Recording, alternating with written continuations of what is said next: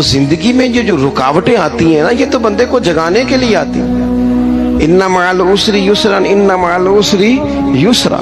ایک دفعہ اگر مشکل آئے تو اللہ 2 آسانیاں دیتا ہے، ہم نہ گھبرا جاتے ہیں۔ یہ دکھ تو بڑے پیارے ہوتے ہیں، یہ تو بڑے نفع بخش ہوتے ہیں، یہ تو فائدہ کرتے ہیں بندے کا۔ تکلیفیں جیسے جیسے زندگی میں آتی ہیں بندہ پالش ہوتا جاتا ہے۔ جیسے جیسے میں اکثر دوستوں سے کہتا ہوں، کبھی مشکل آ جائے اور کوئی بندہ ساتھ نہ بندے کے چلے، نہ رشتہ دار چلے، نہ دوست چلے، نہ گلی محلہ، کوئی ساتھ نہ چلے تو ہم شکوے کرتے ہیں، حالانکہ شکوے نہیں کرنے چاہیے۔ اگر یہ ساتھ نہ کوئی بھی چلے تو بندے کو اکیلے لڑنے کا حوصلہ نصیب ہو جاتا ہے، اسے پھر ہمت مل جاتی ہے کہ یہ سفر میں نے اکیلے طے کرنا ہے۔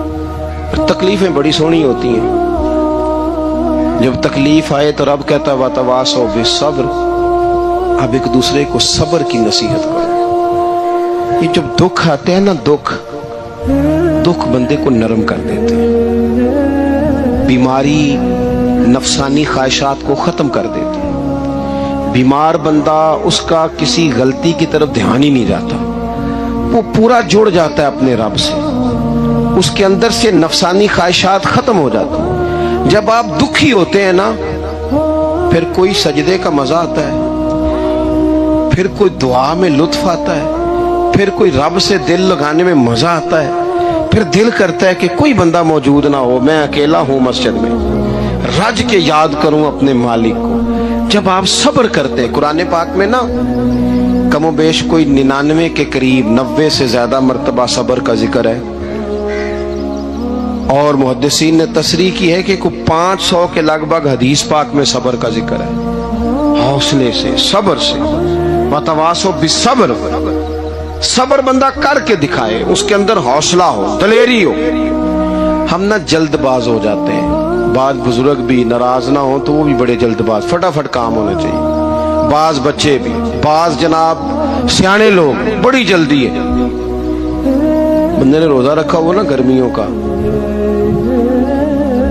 عصر کے وقت اگر وہ بڑا سوڑا پڑ جائے نا تو روزہ پھر کھل جاتا ہے۔